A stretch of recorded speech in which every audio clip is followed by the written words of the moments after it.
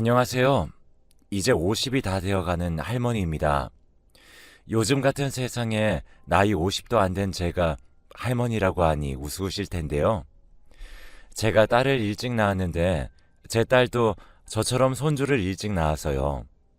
진짜 할머니 소리를 듣고 산답니다.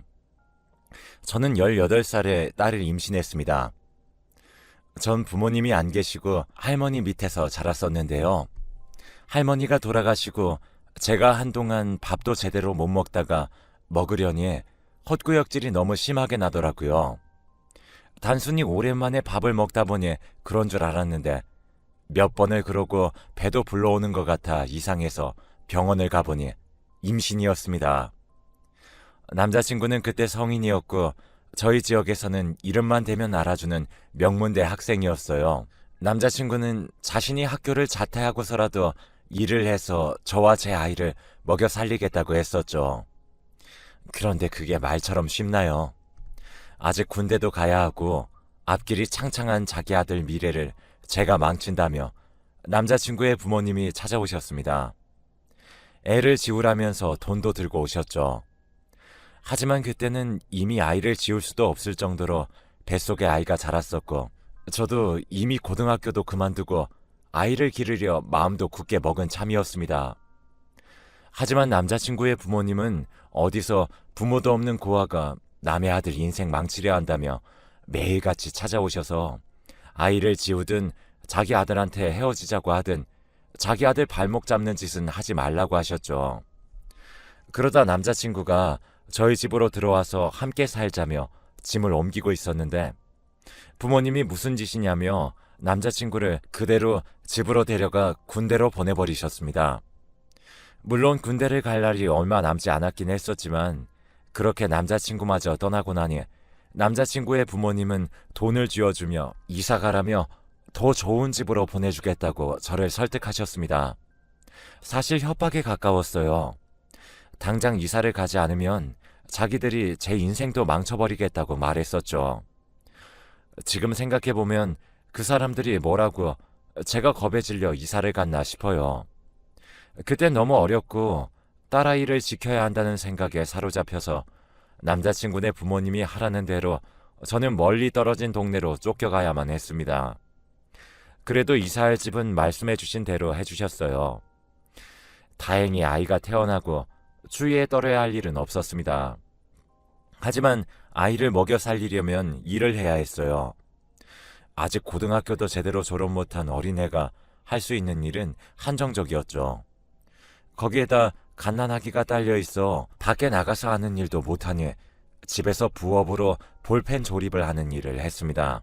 그리고 아이가 중학생이 되었을 무렵엔 저와 같은 인생 말고 제대로 배우고 대접받고 일하면서 살았으면 해서 비싸고 유명한 학원도 보내고 그 돈을 마련하기 위해 밤낮 없이 일했습니다. 그래서 돈 번다고 어렸을 때부터 딸을 제대로 챙겨주지도 못했습니다.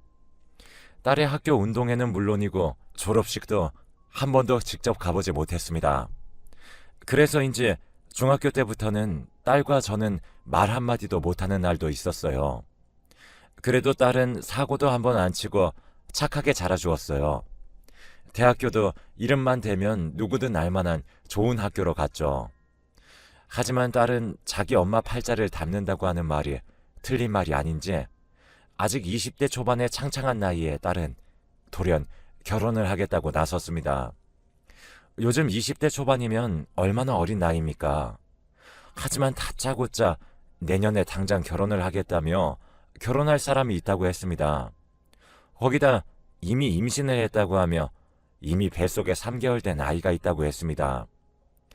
저는 기함을 하며 그게 무슨 소리냐며 아직 나이도 어린데 무슨 벌써 결혼을 하냐면서 대학교도 졸업하고 찬찬히 생각해보라고 했지만 딸에게는 씨알도 안 먹혔습니다. 딸은 꿈쩍도 하지 않고 제가 반기지 않을 걸 알면서도 남자친구를 기어코 집으로 데려왔습니다. 인사도 안 드리고 결혼할 수는 없지 않냐면서요. 그러면서 엄마도 어린 나이에 자기를 낳아놓고 왜 자기는 허락을 안 해주냐며 화를 냈습니다. 자기를 일찍 낳은 걸 후회해서 지금 자기 결혼도 막는 거냐면서요. 전 딸을 낳고 단 한 번도 후회해 본 적이 없어요. 그런데 딸이 그렇게 말을 하니 제가 말문이 턱 막히더군요. 딸을 낳고 후회한 적은 단 한 번도 없지만 그렇다고 마냥 쉬운 삶은 아니었으니까요. 나름대로 설명을 하려고 했지만 딸은 이미 귀를 닫은 후였습니다. 그저 한 번만 제대로 만나만 보고 인사라도 하게 해달라고 했어요. 한 번 만나서 이야기 나눠보면 분명 엄마도 결혼을 허락할 거라면서요. 저는 하는 수 없이 못 이기는 척하고 한 번만 만나보기로 했습니다. 그런데 딸이 남자친구라고 데려온 사람을 살펴보니 꽤나 나이가 들어 보였어요. 이야기를 들어보니 딸보다 딱 10살이 많다고 하더라고요. 딸보다 저랑 나이 차이가 적은 사람이 남자친구랍시고 저에게 결혼을 허락받으러 온 상황에 너무 어이가 없었습니다. 하지만 남자친구라는 사람은 그래도 생각이 박혀 있었는지 제가 허락하지 않으면 결혼하지 않을 거라면서 허락해 줄 때까지 기다리겠다고 했습니다. 오히려 제 딸이 둘이서 결혼하는데 왜 엄마 허락이 필요하냐면서 철부지 소리를 해댔죠. 처음에는 딱 잘라 안 된다고 말할 참이었지만 그래도 가만히 앉아서 이야기를 들어보니 정말 딸 말대로 참 괜찮은 사람이더군요. 조금 생각해 보겠다고 했습니다. 딸은 생각해 보겠다는 제 말에 궁시렁댔지만 남자친구라는 사람은 차분히 그럼 천천히 생각해 봐달라고 하더군요. 그 이후로 가끔씩 저희 집에 들러 저녁도 먹고 주말이면 저희 집에 와서 고장난 것들을 고쳐주기도 했습니다. 참 순박한 모습에 저도 결국엔 결혼을 허락해 주었습니다. 알고 보니 남자친구 쪽 부모님은 3년 전에 교통사고로 돌아가셨다고 하더라고요. 그때 남자친구 부모님이 잠시 중환자실에 입원하시는 동안 제 딸이 그 병원에서 간호 실습을 하고 있었어요.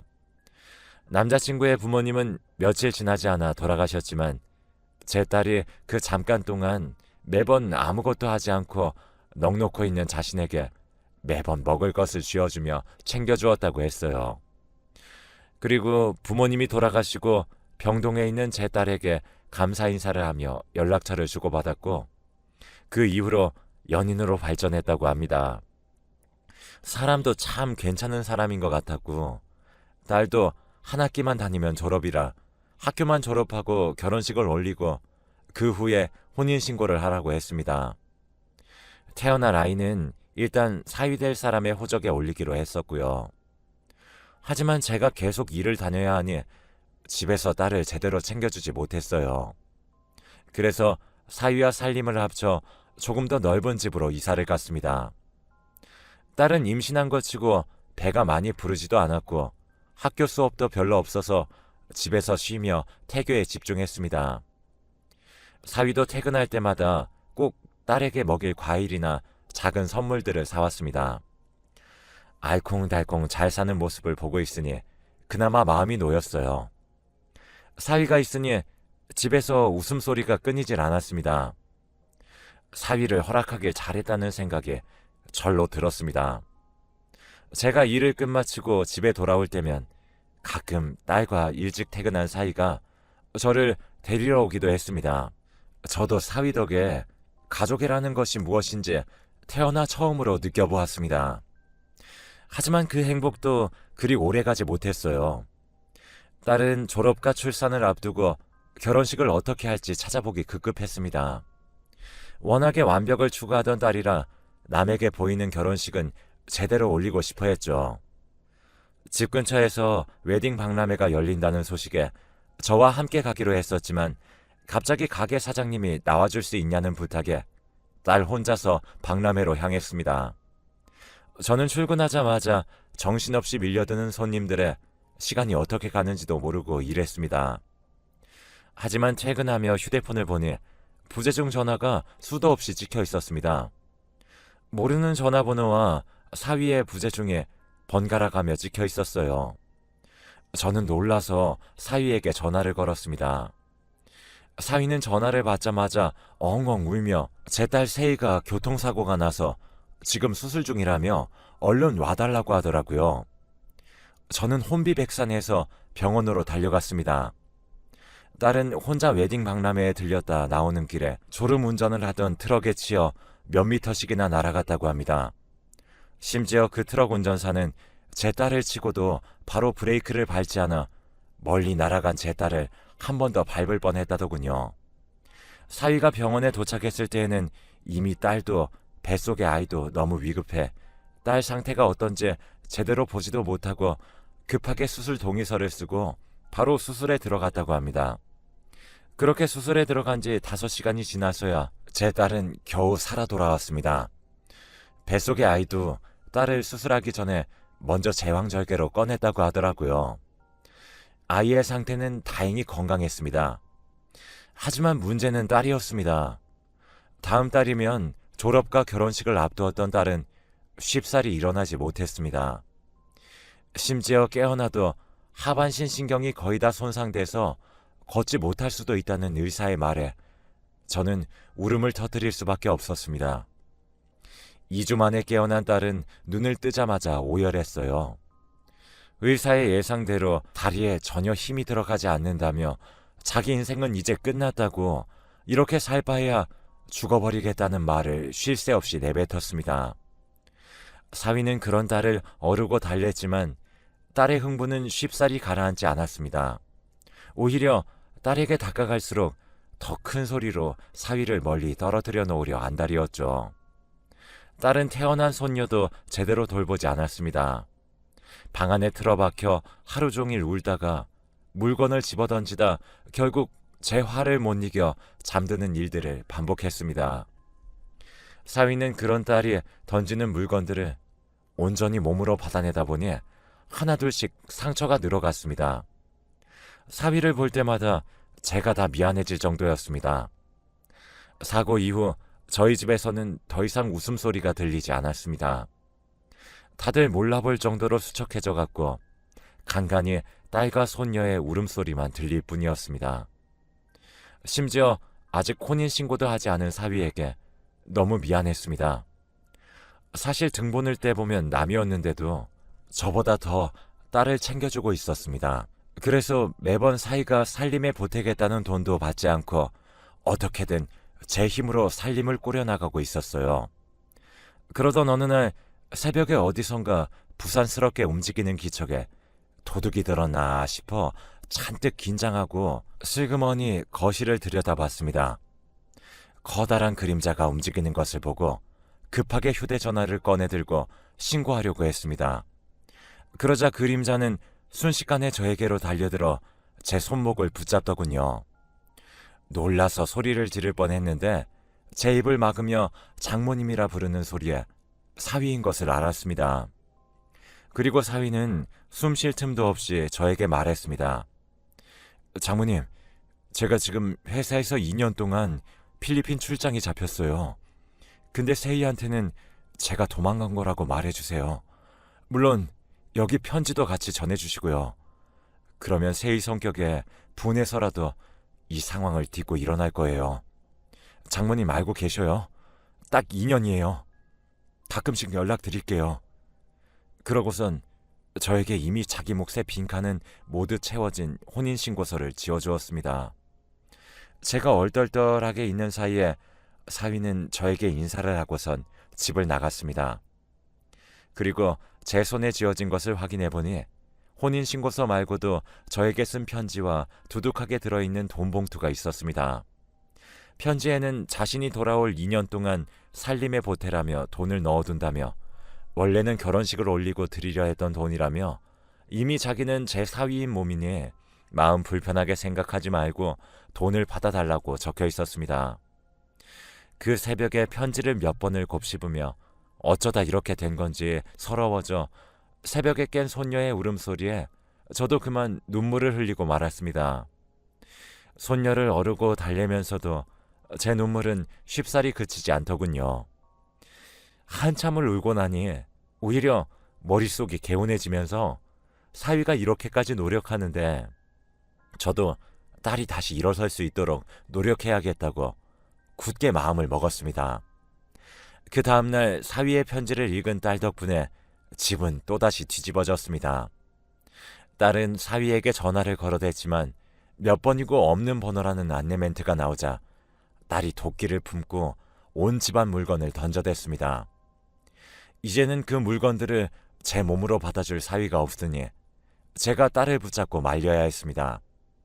거기다 사위가 쓰고 간 편지를 몇 번을 읽어내리고선 남편을 찾아 나서야겠다며 막무가내로 휠체어를 끌고 집 밖으로 나가려고 했습니다.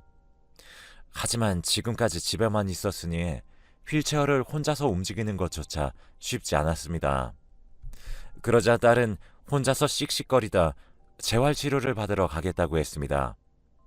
몇 달을 설득해도 절대 안 갈 거라며 이대로 죽어버릴 거라고 하던 딸이 정말 사위가 말한 대로 하니 마음을 굳게 먹은 것이었습니다. 딸은 그 이후로 죽기 살기로 이 악물고 재활운동을 했습니다. 그렇게 재활치료를 시작한 지 6개월 만에 딸은 누군가의 도움 없이 일어섰습니다. 물론 1분도 채 채우지 못하고 다시 주저앉았지만요.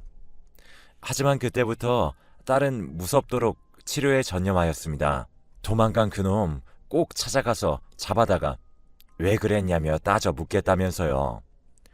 저는 틈틈이 사위와 연락을 주고받으며 손녀와 딸이 어떻게 지내고 있는지 가끔씩 사진을 찍어 보내주었습니다.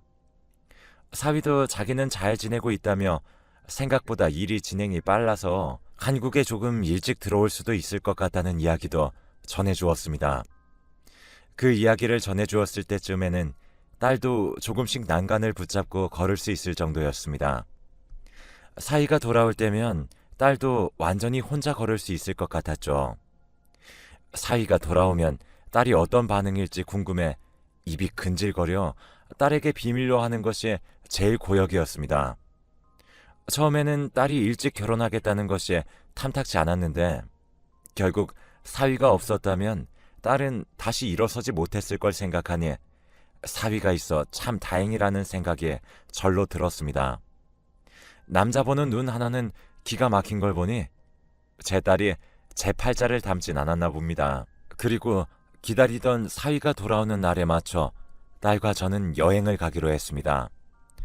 사위가 비행기에서 내리는 시간에 맞춰서 공항으로 향했습니다. 딸은 꿈에도 모르고 있는 걸 보니 자꾸 웃음이 새어나왔지만 딸은 제가 그저 여행을 가서 신이나 웃는 줄로만 알았습니다. 그렇게 공항에 도착해서 저희는 출국장 앞으로 향했습니다. 딸은 왜 비행기는 타지 않고 이리 오냐며 저를 타박했지만 저는 억지를 써가며 이곳이 비행기를 타는 곳 아니냐며 우겼습니다. 거기까지는 변명거리를 생각해 놓지 않아 땀을 삐질 흘렸죠. 그러던 중 출국하는 사람들 사이에서 사위가 나타났습니다. 딸은 처음에는 사위를 보지 못하고 저만 닥달하다가 사위가 저희 쪽으로 다가오자 하던 행동을 멈추고 자기 남편만 바라보더군요. 그리고선 몇 초도 지나지 않아 이제 막 걸을 수 있는 그 다리로 남편에게로 뛰어갔습니다. 어디서 그런 힘이 솟았는지 2미터 채 되지 않는 거리를 뛰어서 달려가다 그만 남편을 코앞에 두고 고꾸라질 뻔했습니다. 다행히 사위가 딸을 붙잡아서 딸은 넘어지지 않았지만요. 딸은 가까이서 사위의 얼굴을 확인하더니 가슴팍을 두어 차례 내리치며 어디 갔다 온 거냐며 밉다는 말을 하다가 끝내 울음을 터뜨렸습니다. 사실은 보고 싶었다며 그럴 사람이 아닌데 자기가 너무 못나게 행동해서 도망간 거니 다 자기 탓이라며 미안하다는 말만 했습니다. 사위는 그런 딸을 꼭 안아주며 결국 다시 일어설 줄 알았다며 이제는 다시 어디 갈 일 없으니 평생 함께 하자고 하면서 반지를 꺼내 들고 제 딸의 손에 끼워주었습니다. 2년 전에 올리지 못한 결혼식을 이제는 올리자고 하니 딸은 숨이 넘어갈 듯 울어댔습니다. 손녀도 자기 엄마가 우니 따라 울어서 순식간에 공항 한복판은 울음바다가 되었습니다. 그리고 저도 이날을 위해 간직하고 있었던 혼인신고서를 꺼내들어 사위의 손에 쥐어주었습니다. 사위는 곧바로 이제 여기 있는 빈칸에 반만 채워주면 된다면서 혼인신고서를 펼쳐들어 딸에게 보여주었습니다. 그러자 딸은 울음도 멈추고 놀란 표정을 짓더니 그럼 이렇게 된 김에 지금 혼인신고하러 가자며 사위의 손을 이끌었습니다. 저희는 울다가 딸의 행동에 빵 터져서 웃으면서 그러자며 곧바로 주민센터로 갔습니다. 그리고 저희는 호적상으로도 가족이 되었습니다. 집으로 돌아오는 길에 딸은 어떻게 자기를 감쪽같이 속일 수 있냐면서 투정 아닌 투정을 부렸지만 그리 길게 가진 않았습니다. 자기도 왜 우리가 그런 행동을 해야만 했는지 대충 아는 눈치였어요. 그동안 사위는 어떻게 지내냐 물으니 회사에서 새로 시작하는 사업을 자기가 맡아서 하느라 눈코 뜰 새 없이 바빴다고 했습니다. 영 그곳 음식도 입에 맞지 않아 초반엔 너무 힘들어서 한국 음식만 찾아 먹었다며 자기가 살이 쏙 빠지지 않았냐면서 농담도 던졌습니다. 실제로 조금 통통한 편이었는데 그동안 살이 빠지고 까무잡잡해져서는 사위가 오는 걸 몰랐더라면 저도 한눈에 알아보기 어려웠을 거예요. 그렇게 저희는 2년 만에 함께 웃으면서 저녁 식사를 하고 집으로 돌아왔습니다. 사위가 집 안으로 들어오니 드디어 잃어버린 퍼즐 조각을 찾아낸 것처럼 집이 완성되는 기분이었습니다. 손녀도 그걸 느꼈는지 간만에 울음도 터뜨리지 않고 배시시 웃기만 했습니다. 딸의 사고 이후로 다시는 느낄 수 없을 거라 생각했는데 결국 사위 덕에 본래 자리로 돌아올 수 있었네요. 다시 느끼는 거지만 사위가 참 복덩이 같아요. 그 일이 있고 벌써 5년이나 지나 딸도 30을 넘긴 나이가 되었지만 그 이후로 저희 집에서는 웃음이 끊이질 않습니다. 앞으로도 이렇게 행복한 날만 남은 것 같네요. 여러분들도 행복한